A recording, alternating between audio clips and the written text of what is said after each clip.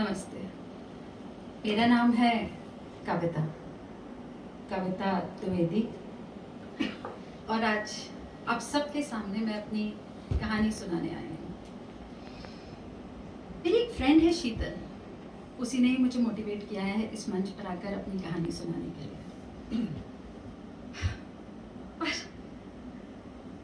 पर पता नहीं ये साड़ी और इस बिंदी में मैं थोड़ी सी आउट ऑफ प्लेस फील कर रही हूँ आप सबके सामने, पर ठीक है, मेरे पास कोई चॉइस भी तो नहीं है।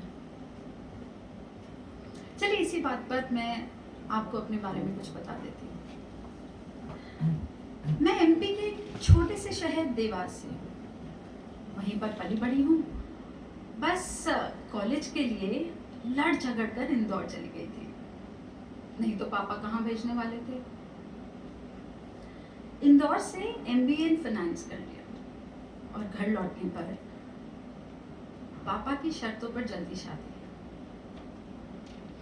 बस शादी के बाद मैं मुंबई सेटल हो गई। अब मुझे देखकर आपको मेरी उम्र का तो तकाजा हो ही गया होगा। जी हाँ, मेरी शादी को 10 साल हो चुके हैं। मेरे इन-लॉज पॉलिटिकल बैकग्राउंड से हैं, जहाँ की बहुएं सिर्फ साड़ी ही पहन सकती हैं। पर पता है, इन 10 सालों में हम सलवार कमीज तक तो ग्रेजुएट हो ही गए हैं। पर वो भी घर पर, हाँ, बाहर नहीं।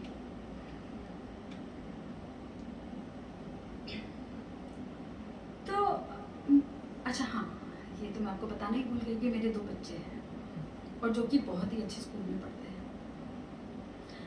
आपको पता है, एक दिन मेरी फ्रेंड शीतल मेरे घर पर आई। वही शीतल, बैंगलोर वाली शीतल। मेरा बड़ा सा घर, गाड़ी, नौकर चाकर, सब कुछ देखकर इतनी हैरान सी हो गई और मुझे कहने लगी, कविता तू कितनी लकी है, तेरे पास सारे ऐशो आराम है, तुझे तो किसी चीज की कमी ही नहीं है। कमी, हाँ। उसकी ये बात सुनकर रात को मैं एकांत में बैठी और ये सोचने लगी, हाँ कविता, किस चीज की है कमी तुझमें? और अगर कमी नहीं है तो तो ये खालीपन कैसा? क्यों क्यों क्यों मैं अपनी जिंदगी कुछ सवालों में बिता रही थी? क्यों मैं बस यही सोचती रहती थी कि काश काश काश मेरी जिंदगी भी नॉर्मल होती, काश मुझे भी अपने फ्रेंड्स के साथ कॉफी पीने जाने के लिए बाउंसर्स न ले जाने पड़ते हैं, काश इस बड़े से घर में मुझे कुछ भी पहनने, कुछ भी खाने की आजादी होती ना, काश वो लाल बत्ती की गाड़ी में बैठकर जब मैं बच्चों को स्कूल छोड़ने जाती हूँ तो माए मुझे देखकर ये ना कहती, इसके बच्चों को पढ़ने की क्या जरूरत है। काश कि अच्छा रिजल्ट आने पर ही मेरे बच्चों को एक्सपेंसिव गिफ्ट्स मिलते ना, और काश अपने सेक्सुअल डिजायर्स अपने पति से डिस्कस करना बिना किसी जजमेंट के आसान हो तो। वैसे तो शायद ये किसी के लिए भी आसान नहीं होता ना। और काश वो जो कोनों में वो जो कैमरास लगे रहते हैं ना, उन्हें इग्नोर करके कभी मैं खुलकर मुस्कुरा लेती या खुलकर हंसकर या खुलकर रो लेती कभी। काश मैं अपनी एक आइडेंटिटी बना सकती। खैर, ये सब कुछ ना होते हुए भी तो सब कुछ था ना मेरे पास। कमी थी तो बस उन आजाद पलों की जिन्हें मैं जीना चाहती थी।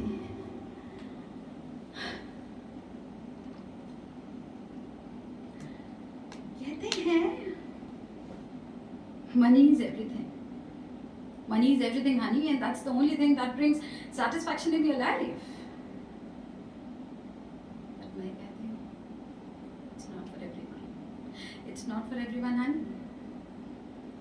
आपको पता है, मेरी जिंदगी मुझे शून्य सी लगने लग गई थी। बस जहां से शुरू होती थी उसी पॉइंट पर आकर खत्म हो जाती थी।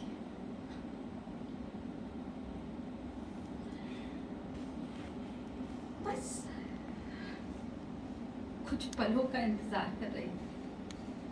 वैसे आपको पता है, लोग ये भी कहते हैं life is not about ifs and buts, and if they exist you living in a coincidence. शायद मेरी जिंदगी भी कोइंसिडेंस में बीत रही थी। खैर कोइंसिडेंटली मेरी लाइफ में कुछ अलग हुआ। याद है वो कोविड का जमाना? याद है ना, जब हम सब अपने घरों में कमरों के अंदर बैठकर कुछ ना कुछ सीख रहे थे। मैंने भी सीखा। आप लोगों ने कुछ सीखा? चलिए मैं अपने बारे में पहले बताती हूँ। तो बस एक दिन बस ऐसे ही मोबाइल स्क्रॉल करते करते एक पोस्ट आया। वो पोस्ट था स्टोरी टेलिंग कोर्स। बस वो देखते ही मुझे लगा, मेरी आंखें चमक गई। मुझे लगा ये कुछ तो कर सकते हैं। बस उस कोर्स में मैंने एनरोल कर दिया और धीरे धीरे मुझे मेरी मंजिल दिखाई देने लग गई थी। मुझे ऐसा लगने लग गया था कि जैसे मेरी लाइफ का कुछ पर्पस है। और पता है मैं क्या करती थी? अब मैं कहानियां लिखती थी, क्योंकि मुझे सिखाया गया था कहानियां किस तरह लिखी जाती है। और आपको पता है, मैं अपनी ही कहानियों में अपने किरदार बनाती थी। और जब मैं अपने किरदार बनाती थी ना, तो उन्हें मैं जीती थी। मैं अपने किरदारों को फील करती थी। आपको पता है, जब मैं अपने किरदार बनाती थी तो वहां पर मैं वो छोटी सी 5 साल की मुन्नी की तरह बस इधर से उधर बेफिक्र होके बस नाचती रहती थी, हंसती रहती थी। और कभी तो वो चंदा दादी के जैसे बच्चों को स्टोरीज भी सुनाती थी। और कभी मैं डॉक्टर पूर्णिमा, रेप विक्टिम, उसकी कहानी लिखते परफॉर्म करते वो भी देखती थी। और कभी पता है, पिन्नी मौसी की तरह इधर उधर चुगलियां भी लगा लेती थी।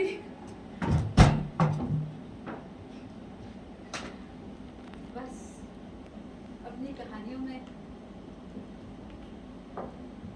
जी लेती थी, उन्हें महसूस करती थी। कोई गिले शिकवे नहीं थे।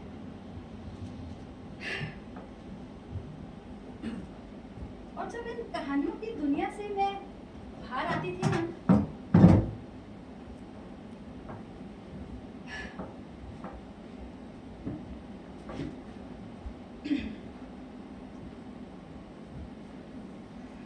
तो मैं मिसेस कविता द्विवेदी फिर से पंजाब। Thank you.